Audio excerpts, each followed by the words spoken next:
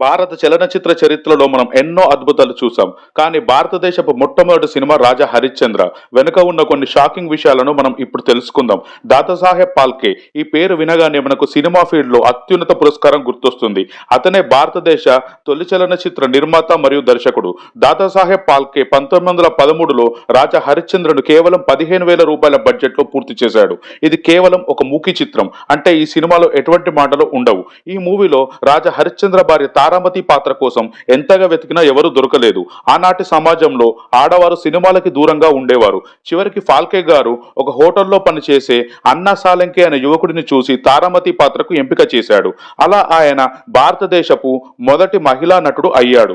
Cinema నిర్మాణానికి డబ్బు లేకపోవడంతో ఫాల్కే గారి భార్య సరస్వతి గారు తన నగలను తాకట్టు పెట్టారు. మరియు ఆమె సినిమా యూనిట్ మొత్తానికి వంట కూడా చేసి పెట్టేది. ఇంత నాటకీయ ఒడిదొడుకుల మధ్య భారతీయ మొదటి చలనచిత్రం 'రాజా హరిశ్చంద్ర' రూపొందింది.